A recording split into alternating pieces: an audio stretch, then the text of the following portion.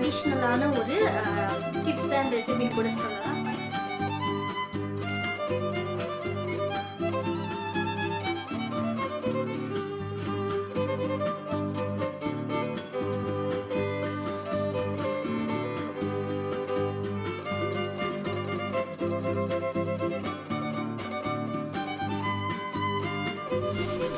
இது weight loss பர்பஸ்க்காக தோசைக்கு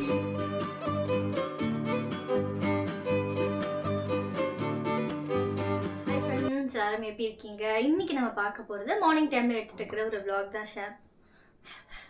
நம்ம வீடியோ எடுக்கும்போது தான் கொசு பூச்சிலாம் வந்து பறக்கும். ஷிட். ஓகே, இப்போ நம்ம பார்க்க போகிறது மார்னிங் டைமில் எடுத்துகிட்டு இருக்கிற ஒரு விளாக் தான் உங்களோட ஷேர் பண்ணிக்க போகிறேன். ஸோ இந்த வீடியோவில் ரெசிபிஸ் டேஸ்ட் அண்ட் ஹெல்த்தியான ஒரு பிரேக்ஃபாஸ்ட்லேருந்து இந்த வீடியோ ஸ்டார்ட் பண்ணுறேன். ப்ளஸ் ரொம்ப ஹெல்த்தியான ஒரு பொடி வந்து ரெடி பண்ண போகிறோம். ஸோ வந்து நம்ம மல்டி பர்பஸாக யூஸ் பண்ணிக்கலாம். தோசைக்கு, இட்லிக்கு, ரைஸ்க்கு எல்லாத்துக்குமே சாப்பிட்ற மாதிரி அம்மாவோட ஒரு ட்ரெடிஷ்னலான ஒரு டிப்ஸ் அண்ட் ரெசிபின்னு கூட சொல்லலாம். ஃபைன், எப்படி பண்ணுறது, என்ன அந்த ரெசிபின்றதை இந்த விளாகில் வந்து பார்க்கலாம். ஸ்கிப் பண்ணாமல் ஃபுல்லாக பாருங்கள். நம்ம சேனலை ஃபர்ஸ்ட் டைம் பார்க்குறீங்கன்னா மறக்காமல் ஃபாலோ பண்ணிக்கோங்க. ஸோ இந்த மாதிரி நிறைய இன்ட்ரெஸ்டிங்கான ரெசிபிஸ் உங்களோட நான் ஷேர் பண்ணிக்கிறேன். ஃபைன், இப்போ ஃபர்ஸ்ட் வந்து அந்த பிரேக்ஃபாஸ்ட் எப்படி ரெடி பண்ணுறது என்னன்னு சொல்லிட்டு பார்க்கலாம். ஒரு 2 கப் அளவுக்கு அவல் எடுத்துட்டு அதை நல்லா வந்து ஊற வச்சு நல்லா ஊறினதுக்கு அப்புறமா அதை ஃபில்ட்ரு பண்ணி தண்ணி இல்லாமல் இது மாதிரி வடிகட்டி எடுத்து வச்சுக்கலாம். அதில் வந்து ஒரு 2 கைப்பிடி அளவுக்கு துருவின ஃப்ரெஷ்ஷான தேங்காய் ஆட் பண்ணிக்கலாம். ஸோ இங்கே வந்து அவல் ரெடி. ஸோ இந்த அவலில் போட்டு மிக்ஸ் பண்ண போகிற ஒரு மிக்சிங் ரெடி பண்ண போகிறோம். வெங்காயம்லாம் ஆட் பண்ணி நல்ல வாசனையாக இருக்கும். உப்பு தேவையான அளவுக்கு அதையும் ஆட் பண்ணிக்கலாம். அவல் நல்ல சாஃப்டான அவலாக இருக்கணும். இப்போ ஒரு கடாயில் ஆயில் நல்லா சூடானதுக்கப்புறம் கடுகு, நான் வந்து கடலைப்பருப்பு, உளுத்தம் பருப்பு எல்லாம் நல்லா வந்து தாளிப்பு சேர்த்துட்டு இப்போ லைட்டாக இதை வாசனை வர அளவுக்கு நம்ம வறுத்துட்டு கொஞ்சம் இதெல்லாம் எக்ஸ்ட்ரா போட்டால் தான் நல்லாயிருக்கும். அதனால் ஒரு 3 ஸ்பூன் அளவுக்கு சேர்த்துருக்கோம். இப்போ நல்லா பொரிஞ்சு வரும்போது இந்த டைமில் பச்சை மிளகாய் கட் பண்ணி வச்சுருந்த ஒரு 3 பச்சை மிளகாய் ஆட் பண்ணிக்கலாம். காரத்துக்கு தேவையான அளவுக்கு. வாசனைக்காக ஒரு காஞ்ச மிளகாய் போட்டிருக்கோம். ஒரு ஸ்பூன் அளவுக்கு சின்ன சின்னதாக கட் பண்ண இஞ்சி சேர்த்துருக்கோம். சேர்த்துட்டு ஒரு பெரிய சைஸ் வெங்காயம் கட் பண்ணி அதையும் ஆட் பண்ணிக்கலாம். வெங்காயம் கொஞ்சம் எக்ஸ்ட்ராவாக இருந்தால் சாப்பிடும்போது ரொம்பவே நல்லாயிருக்கும். இப்போ நல்லா இதை மிக்ஸ் பண்ணிக்கலாம். வதங்கி வரும்போது ஆக்சுவலாக வந்து சீரகம் போட மறந்துட்டாங்க.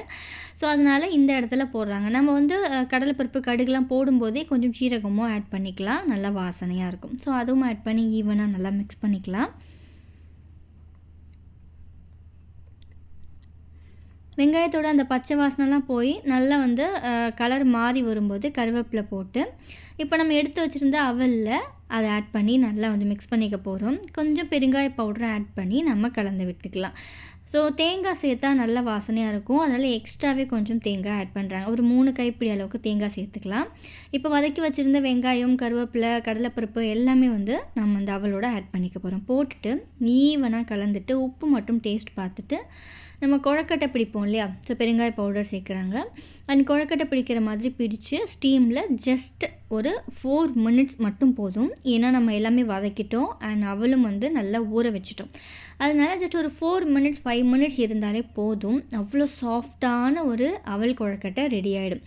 இதுலேயே வந்து நிறைய வெஜிடபிள்ஸ் போட்டு கொஞ்சம் ஒரு டிஃப்ரெண்ட் வெரைட்டிஸில் கூட பண்ணலாம். கேரட், பீன்ஸ் ஆட் பண்ணலாம். கொஞ்சம் டிஃப்ரெண்ட்டாக கூட பண்ணலாம். இன்னும் வந்து ஸ்பைஸியாக வேணும் அப்படின்னா நான் ஒரு தடவை காலிஃப்ளவர் இருக்கு இல்லையா, அதை வந்து சின்ன சின்னதாக கட் பண்ணி மசாலா போட்டு நிறைய ஃப்ரை பண்ணி அதை இந்த மாதிரி அவளோடு சேர்த்து நான் கொழக்கட்டை மாதிரி பிடிச்சேன். அதுவும் அவ்வளோ நல்லா இருந்துச்சு. அந்த ரெசிபி சீக்கிரமாக நான் நெக்ஸ்ட் போஸ்ட் பண்ணுறேன். ஸோ எனக்கு நல்ல ஸ்பைஸியாக வேணும்னு நினைக்கிறவங்க அந்த மாதிரி ட்ரை பண்ணலாம். எல்லாமே இந்த மாதிரி கொழக்கட்டை ரவுண்ட் ஷேப்பில் பிடிச்சி வச்சாச்சு. இப்போ நம்ம ஸ்டீமில் ஜஸ்ட் ஒரு 5 மினிட்ஸ் இதை வேக வைக்க போகிறோம். ஸோ இது மார்னிங் பிரேக்ஃபாஸ்ட்டாக சாப்பிட்லாம், குட்டீஸ்க்கு ஸ்நாக்ஸாக வந்து கொடுக்கலாம், இல்லையா நைட்டு டின்னராக கூட எடுத்துக்கலாம். எப்போ வேணாலும் சாப்பிட்லாம். அவ்வளோ சூப்பராக செம்ம டேஸ்ட்டாக இருக்கும். இதில் சைட் டிஷ் வந்து நமக்கு ஸ்பெஷலாக ஏதாவது ரெடி பண்ணிக்கலாம். அப்படி இல்லைனா சும்மா ஒரு தேங்காய் சட்னி வச்சு சாப்பிட்டாலே நல்லாயிருக்கும். நம்மளோட அவல் நீர் கொழுக்கட்டை ரெடி ஆகிடுச்சு. இது வந்து நீங்கள் ரெட் கலர் அவல் இருக்கு இல்லையா, ஸோ அந்த போகாவில் கூட பண்ணலாம், இல்லை ஒயிட்டில் கூட பண்ணலாம். ஜஸ்ட் உங்களுக்கு எடுத்து காட்டுறேன் பாருங்கள், அவ்வளோ சாஃப்டாக ஸ்பாஞ்ச் மாதிரி இருக்குது. டேஸ்ட்டும் ரொம்ப நல்லா இருந்துச்சு. நல்ல ஸ்பைஸியாக வேணும் அப்படின்னா பூண்டு சட்னி வச்சு சாப்பிட்டோம் அப்படின்னா டேஸ்ட் இன்னும் நல்லாயிருக்கும். ஸோ இந்த குட்டி ரெசிபி ட்ரை பண்ணி பாருங்கள். உப்புமா மாதிரி இருக்கும், அவல் உப்புமா மாதிரி இருக்கும். பட் அதை விட இது நல்ல சாஃப்டாக ரொம்பவே நல்லா இருந்துச்சு. ஸோ இப்படி ரெடி பண்ண ஆரம்பிச்சுட்டு எங்களுக்கு இந்த மாதிரி பண்ணுறது தான் பிடிச்சிருந்தது. ஒரு ஹெல்த்தியான குயிக்கான பிரேக்ஃபாஸ்ட் தான். ஸோ ட்ரை பண்ணி பாருங்கள். இதில் நமக்கு பிடிச்ச மாதிரி பூண்டு சட்னி சாப்பிட்லாம், தேங்காய் சட்னி. ஸோ நமக்கு என்ன பிடிக்குமோ அதை ஆட் பண்ணிக்கலாம் அதில். அண்ட் நெக்ஸ்ட்டு நான் சொன்னேன் இல்லையா, அந்த பொடி வந்து ஒன்றும் இல்லைங்க, கொள்ளு பொடி ரெடி பண்ண போகிறோம். ஸோ அந்த கொள்ளு பொடி மேபி உங்களோட டயட் ஃபுட்டில் கூட நீங்கள் இந்த ரெசிபி ஆட் பண்ணிக்கலாம். ரொம்ப நல்லாயிருக்கும், சாப்பிடவும் டேஸ்ட் அட்டகாசமாக இருக்கும். அது வந்து நம்ம நார்மலாக வீட்டில் இட்லி பொடி ரெடி பண்ணி வைப்போம் இல்லையா, ஸோ அந்த மாதிரி அந்த பொடி ரெடி பண்ணி வச்சுருப்போம். இட்லிக்கு தோசைக்கெலாம் பார்த்தீங்கன்னா மேலே லைட்டாக தூவி நெய் போட்டு சாப்பிட்டா வேறு லெவலில் இருக்கும். ஸோ அதுக்காக தான் ரெடி பண்ணி தீந்து போச்சு. இப்போ பண்ண போகிறாங்க. அந்த வீடியோ தான் உங்களோட ஆட் பண்ணிக்க போகிறேன். ஸோ எப்படி பண்ணுறது, அதுக்கு தேவையான பொருள் என்னென்ன அப்படின்னு சொல்லிட்டு பார்க்கலாம்.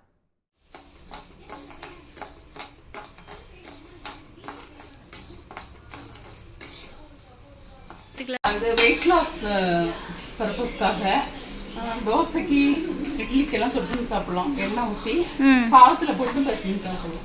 ஓகேம்மா. 3 கப் அளவுக்கு கொள்ளு எடுத்துருக்கோம் அப்படின்னா 1 கப் அளவுக்கு கருப்பு உளுந்து வந்து எடுத்துக்கலாம். ஸோ அளவு வந்து இதுதான், ரொம்ப கம்மியான அளவுக்கு உளுந்து எடுத்துக்கிட்டால் போதும். இப்போ கொள்ளு வந்து நல்லா வருது, அந்த வாசனை வந்து அது வந்து வெடிக்கணும், இந்த மாதிரி கலர் சேஞ்ச் ஆகணும். ஸோ அப்போ தான் வந்து நல்லாயிருக்கும். இந்த அளவுக்கு வாசனை அளவுக்கு ஃப்ரை பண்ணி அதையும்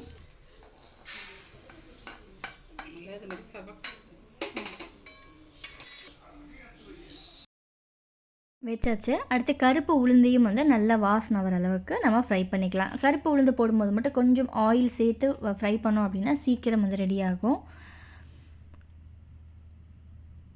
அண்டு நெக்ஸ்ட்டு வந்து கடலைப்பருப்பு. நீங்கள் உளுந்து எந்த அளவுக்கு எடுத்தீங்களோ அதே அளவுக்கு ஒரு குட்டி கப் அளவுக்கு கடலைப்பருப்பும் எடுத்துக்கலாம்.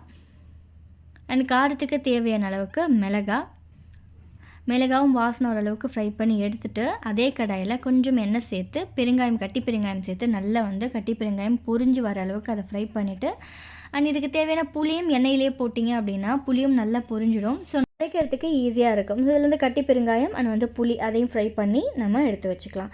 அண்ட் ஃபைனலாக சேர்க்க போகிறது தான் இந்த கொள்ளு பொடியிலே டேஸ்ட் வந்து நமக்கு நல்லா எடுத்து கொடுக்குறது.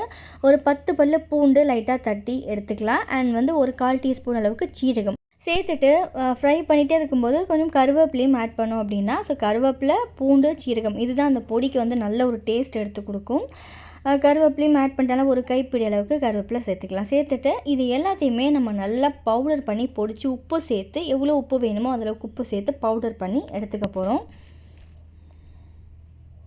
ஸோ இங்கே நம்ம ரெடி பண்ண கருவேப்பிலை, பூண்டு, சீரகம் அதுவும் ரெடி. அண்ட் பக்கத்தில் வந்து புளி, கட்டி பெருங்காயம், கல் உப்பு அண்ட் மிளகாய் எடுத்து வச்சுருக்கோம். அண்ட் இங்கே நம்ம எடுத்து வச்சுருந்த உளுத்தம்பருப்பு, கடலைப்பருப்பு, கொள்ளு 3ம் ரெடி. இது எல்லாத்தையுமே நல்லா பவுடர் பண்ணி எடுத்துக்கலாம்.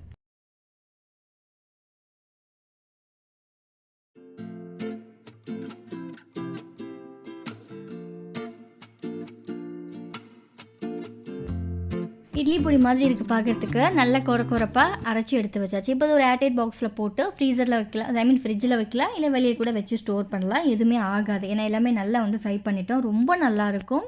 எஸ்பெஷலி தோசைக்கு செஞ்சு பாருங்கள். ஃபைனலாக ஸோ லாஸ்ட் டைம் நான் பண்ண நம்மளோட ஃபேஸ் பேக் எல்லாமே வந்து தீர்ந்துருச்சு. ஸோ ஃப்ரெஷ்ஷாக மறுபடியும் வந்து நெக்ஸ்ட் பேட்ச் ரெடி பண்ண போகிறேன். ஸோ அதுக்கு தேவையான பொருள் எல்லாமே நான் எடுத்து வச்சுருக்கேன். நம்மளோட விளாக் ரெகுலராக ஃபாலோ பண்ணுறவங்களுக்கு தெரிஞ்சிருக்கும். பட் மேபி புதுசாக பார்க்குறவங்களுக்கு இதில் நான் என்னென்ன ஆட் பண்ணுறேன் அப்படின்றத உங்களுக்கு ஒரு ஷார்ட் அண்ட் ஸ்வீட்டாக வந்து முடிச்சிடுறேன். அவ்வளோ நல்லாயிருக்கும். கிட்டத்தட்ட 17+ இன்க்ரீடியன்ட்ஸ் நான் அதில் ஆட் பண்ணுறேன். ரெகுலராக யூஸ் பண்ணால் ஸ்கின்ல அவ்வளோ நல்ல ஒரு க்ளோ கொடுக்கும். நல்லா அந்த ஸ்கின் பிரைட்டாக இருந்தது நமக்கு தெரியும். ஸோ ஃபர்ஸ்ட்டு யூஸ்லேருந்தே நமக்கு நல்லாயிருக்கும். நிறைய பேர் நம்மளோட ஹாப்பி கஸ்டமர்ஸ் வந்து யூஸ் பண்ணிவிட்டு எனக்கு நல்லா இருக்குன்னு சூப்பரான ஃபீட்பேக்லாம் கொடுத்துட்ருக்காங்க. நான் ரெடி பண்ண போகிறேன். அந்த கிளிப்பிங்ஸ் லாஸ்ட் டைம் ஒரு ஷார்ட்ஸில் கூட சொல்லியிருப்பேன், ஒரு பெரிய விளாகில் நான் ஆட் பண்ணுறேன் அப்படின்னு சொல்லிட்டு.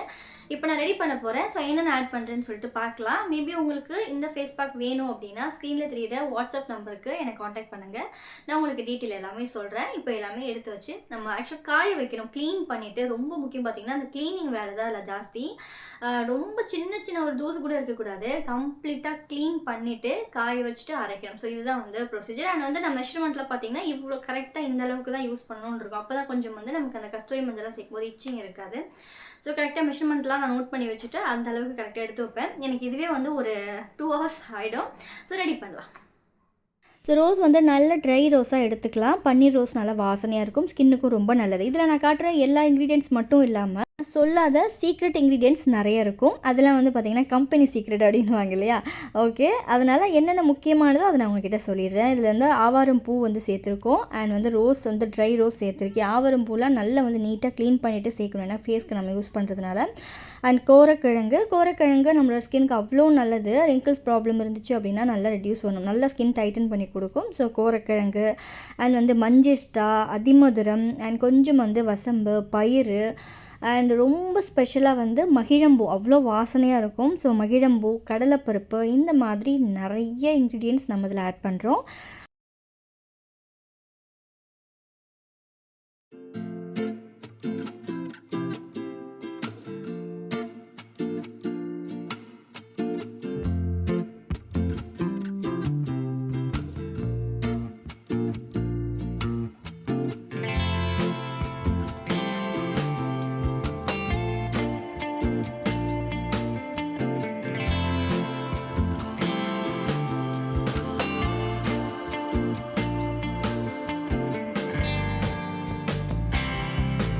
படாமல் வெயிலில் மேலே ஒரு வெள்ளை கிளாத் போட்டு நல்லா வந்து காய வச்சு அதுக்கப்புறம் பவுடர் பண்ணி நம்ம சேல் பண்ணுறோம். ஆக்சுவலாக அந்த பவுடர் வந்து நீங்கள் யூஸ் பண்ணீங்க அப்படின்னா பேலன்ஸ் எடுத்து நல்லா ஏர்டைட் பாக்ஸில் போட்டு ஃப்ரிட்ஜில் வச்சுட்டு வேணுங்கும்போது கொஞ்சம் கொஞ்சமாக எடுத்து யூஸ் பண்ணலாம். ஏன்னா இதில் நம்ம வந்து எந்த ஒரு ப்ரிசர்வேட்டிவ்ஸும் ஆட் பண்ண போகிறதில்ல. ஸோ எக்ஸ்ட்ரா கெட்டு போகாமல் இருக்கிறதுக்கு இது பியூர் அண்ட் நேச்சுரலாக ரெடி பண்ணுறது அப்படின்றதுனால நமக்கு கொஞ்ச நாள் வரணும் அப்படின்னா நீங்கள் வந்து பாக்ஸில் போட்டு ஃப்ரிட்ஜில் ஸ்டோர் பண்ணலாம், நல்லாயிருக்கும்.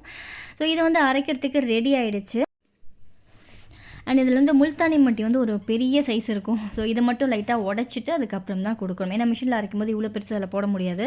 ஸோ அதை மட்டும் ஜஸ்ட் லைட்டாக வந்து உடைக்கணும். நம்மளோட ஃபேஸ் பேக் பார்த்திங்கன்னா தேவையானதெல்லாம் நான் பேக் பண்ணிகிட்ருக்கேன் கொரியர் பண்ணுறதுக்கு. அதையும் எடுத்துகிட்டு போயிட்டு இதையும் அரைச்சிட்டு வரணும். ஸோ அடுத்து நமக்கு வந்து வேலை அதுதான். இந்த மாதிரி நல்ல ஒரு சேஃபான பேக்கிங்கில் உங்களுக்கு டெலிவரி ஆகும். ஸோ மிஸ் பண்ணாமல் ஆர்டர் வந்து ப்ளேஸ் பண்ணிக்கோங்க. ஸோ என்னோடய ஸ்கின்னில் இப்போ நான் எதுவுமே லைட்டாக வந்து மாய்ஸ்சரைசர் கூட எதுவுமே நான் அப்ளை பண்ணல. ரெகுலராக நான் யூஸ் பண்ணுறது என்னோடய ஃபேஸ் பேக் பார்த்திங்கன்னா எனக்கு அவ்வளோ பிடிக்கும் அந்த வாசனையே. ஸோ இது வந்து நம்ம வீட்டில் ஹோம்மேட் ரெடி பண்ணுறதுனால நம்ம எத்தனை தடவை வேணாலும் யூஸ் பண்ணலாம், நமக்கு எந்த ஒரு சைட் எஃபெக்ட்ஸும் வராது. ஸோ இது வந்து வாரத்துக்கு ஒரு 3 நாள் 2 நாள் அந்த அளவுக்கு யூஸ் பண்ணலாம், நல்ல ரிசல்ட் வந்துருக்கும். எஸ்பெஷலி இந்த கழுத்துக்கிட்டலாம் பிளாக்காக இருந்துச்சுன்னா ரெகுலராக யூஸ் பண்ணுங்கள். அண்ட் வந்து கொஞ்சம் பிம்பிள்ஸ் வர ஸ்கின்னாக இருந்தால் கூட நல்ல ரிசல்ட் வந்து கொடுக்கும். ஸோ டீட்டெயில் எல்லாமே நான் உங்களுக்கு சென்ட் பண்ணுறேன். இந்த vlog நான் இதோட முடிச்சுக்கிறேன். இந்த வீடியோவில் ஷேர் பண்ண அந்த 2 ரெசிபி உங்களுக்கு பிடிச்சிருக்கும் அப்படின்னு நினைக்கிறேன். நெக்ஸ்ட் ஒரு இன்ட்ரெஸ்டிங்கான நியூஸ்க்கான vlog-ஓட உங்களை மீட் பண்ணுறேன். பாய் ஃப்ரெண்ட்ஸ், தேங்க்ஸ் ஃபார் வாட்சிங். இந்த vlog பிடிச்சிருந்தா மறக்காமல் லைக் பண்ணிக்கோங்க, ஃபாலோ பண்ணிக்கோங்க. பாய்.